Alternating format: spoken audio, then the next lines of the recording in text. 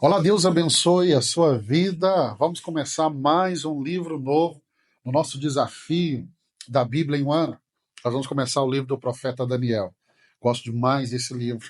É um livro gostoso de ler, um livro que não é fácil de entender, mas eu vou tentar te ajudar aqui a entender. Vamos ler os 3 primeiros capítulos desse livro: capítulo 1, capítulo 2 e o capítulo 3. Qual é o propósito do capítulo 1? É nos mostrar a fidelidade de Daniel e os seus amigos a Deus, em um ambiente totalmente pagão. Daniel e seus amigos, eles foram levados cativos para a Babilônia, na primeira leva, que no primeiro cativeiro, a primeira leva é levada cativa, Daniel e os seus amigos são levados. E aí nós vamos ver como que Deus destaca a fidelidade, a lealdade, deixa eu usar essa palavra, a lealdade de Daniel e seus amigos, mesmo em terras estrangeiras. Então vamos lá. O livro de Daniel começa com a captura de Jerusalém pelo é, o rei Nabucodonosor. Olha o verso 1. No terceiro ano do reinado de Joaquim, rei de Judá, Nabucodonosor, rei da Babilônia, veio a Jerusalém e a sitiou.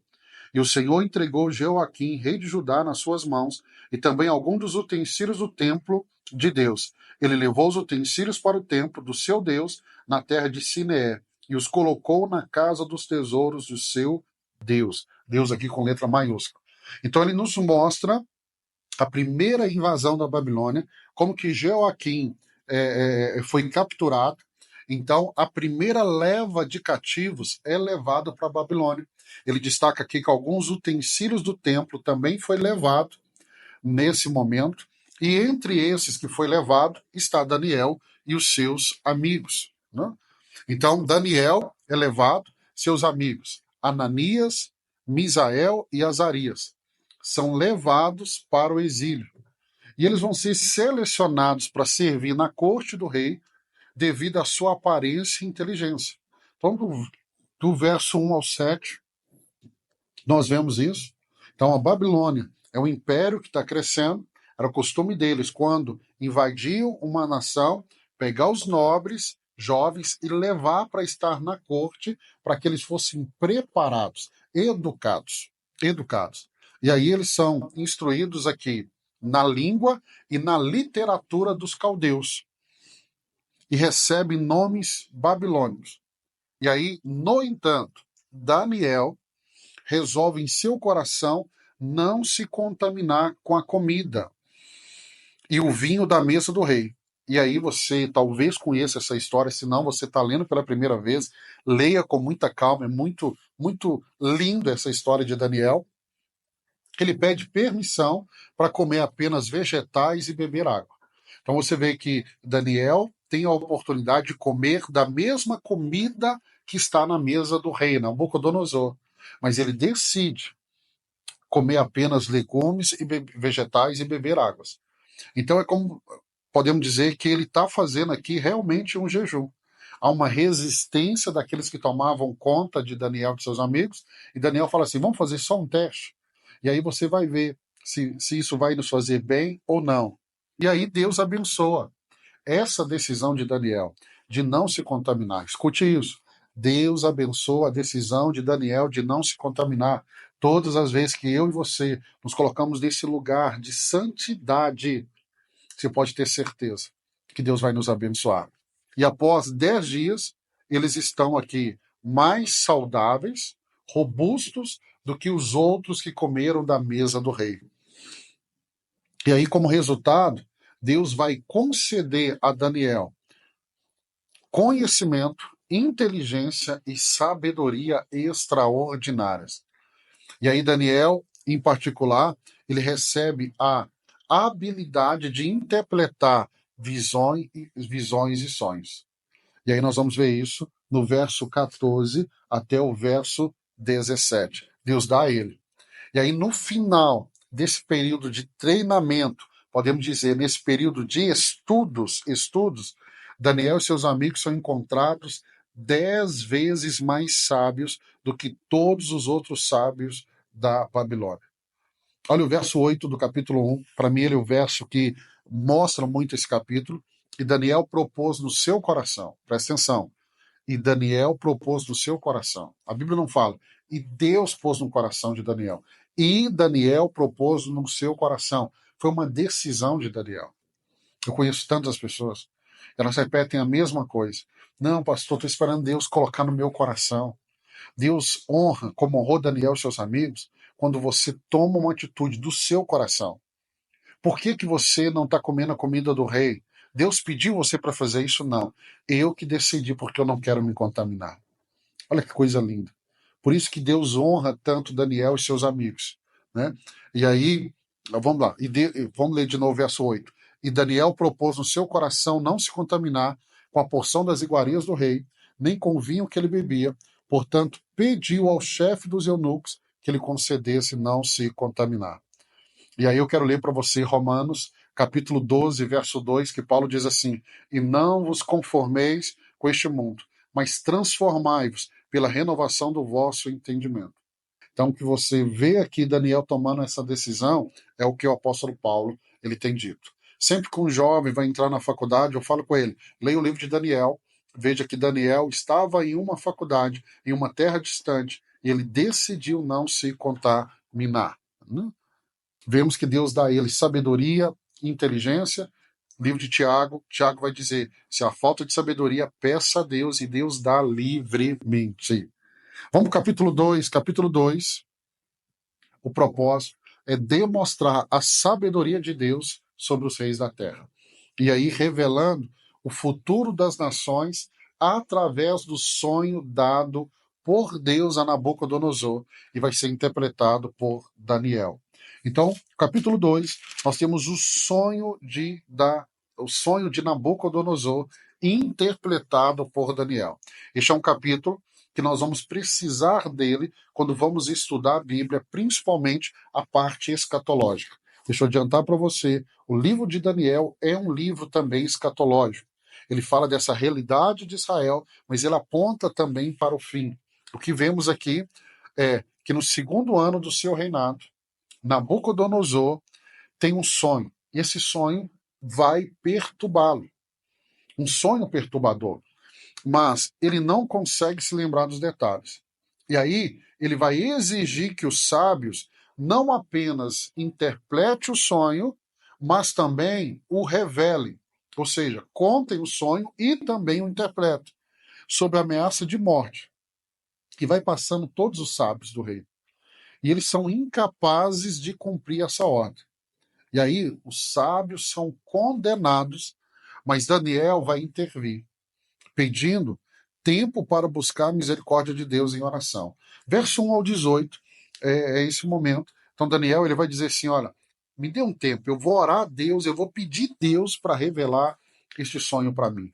E aí Deus revela o sonho a Daniel em uma visão, e ele agradece a Deus antes de se apresentar ao rei. Verso 19 ao verso 23. Olha o verso 20, e diz, verso 19, então o mistério foi revelado a Daniel de noite numa visão. Daniel louvou a Deus dos céus e disse, louvado seja o nome de Deus para todo sempre. A sabedoria e o poder a ele pertencem. Ele muda as épocas e as estações, destrona reis e estabelece, dá sabedoria aos sábios e conhecimento aos que sabem discernir. Revela coisas profundas e ocultas, conhece o que faz nas trevas e a luz habita com ele. Eu te agradeço e te louvo, ó Deus dos meus antepassados. Tu me deste sabedoria e poder e me revelaste o que te pedimos. Revelaste-nos o sonho do rei. E agora, diante dessa revelação, Daniel vai explicar que a grande estátua que Nabucodonosor tem no sonho, ela representa uma sequência de reinos. A cabeça de ouro representa a Babilônia, o peito e os braços de pratas representa os médios persas, o ventre e as coxas de bronze são a Grécia, as pernas de ferro e os pés de ferro misturado com barro representa Roma e os reinos divididos que se seguem. Então ele tem essa visão da estátua mostrando os impérios que vão se levantar. Preste muita atenção, Primeiro império, o Império da Babilônia. Segundo, o Medo-Persa. Terceiro, o grego. O quarto, o Império Romano. E a visão tem de uma pedra que é lançada e a pedra destrói essa estátua. E essa pedra que destrói essa estátua, transformando ela em um grande monte, simboliza o reino de Deus, que vai ser estabelecido eternamente, destruindo todos os reinos humanos. Então você percebe que Deus deixou o homem, usar uma expressão do Luciano Subirá, Deus deixou os homens brincar com a questão de império até os romanos. E depois não tem mais, porque a pedra foi lançada. Essa pedra aponta para a pessoa de Jesus Cristo, o reino de Deus que será estabelecido e ele não vai ter fim. E aí Nabucodonosor, ao ter o sonho contado e a revelação do sonho, ele reconhece a sabedoria de Daniel. E aí ele vai exaltar o Deus de Israel. E aí ele promove Daniel e seus amigos a posição de grandes autoridades na Babilônia. Então vamos lá. Daniel paga um preço, recebe sabedoria de Deus, interpreta o sonho e agora a maior autoridade humana na terra vai louvar a Deus por causa da sabedoria de Daniel. Está entendendo? Como que nós devemos buscar sabedoria? Vamos para o capítulo 3. O capítulo 3 é para mostrar a fidelidade dos amigos de Daniel, os amigos de Daniel, né, em face à idolatria imposta e a proteção divina sobre eles, demonstrando o poder de Deus sobre a criação e a lealdade que ele merece. Então, capítulo 3, leia ele, é muito lindo o capítulo 3. Nabucodonosor, que é o rei da Babilônia, ele constrói uma estátua de ouro gigante e ordena que todos em seu reino se prostrem e adorem a imagem quando ouvirem o som de instrumentos musicais. E aqueles que se recusarem a obedecer serão lançados em uma fornalha ardente. E nós temos os 3 amigos de Daniel que receberam nomes agora lá na Babilônia, novos nomes. Então eles são chamados agora de Sedraque, Mesaque e Abidnego. Eles são os amigos de Daniel e eles recusaram a se prostrar diante daquela estátua, mostrando a fidelidade deles a Deus, mesmo que isso pudesse de tal maneira levá-los à morte. Eles permanecem fiéis ao Senhor. E aí eles vão fazer uma afirmação quando eles são questionados: se vocês não adorarem, vocês vão morrer. E qual é o que eles vão dizer? Eles vão dizer assim: se Deus nos livrar, Deus nos livrou. Se ele não nos livrar, ele continua sendo Deus. E aí, porque eles não adoram, Nabucodonosor, enfurecido, ordena que a fornalha seja aquecida 7 vezes mais.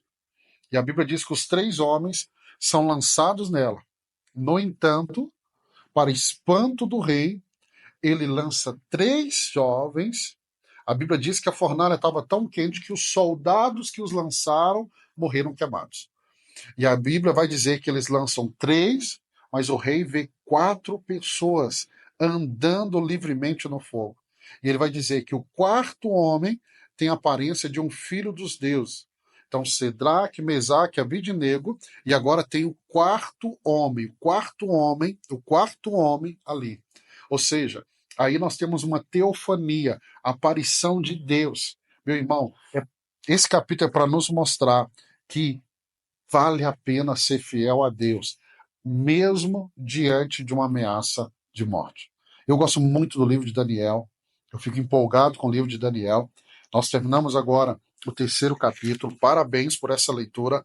Amanhã, se Deus permitir, eu estarei aqui com você lendo mais 3 capítulos. Deus te abençoe.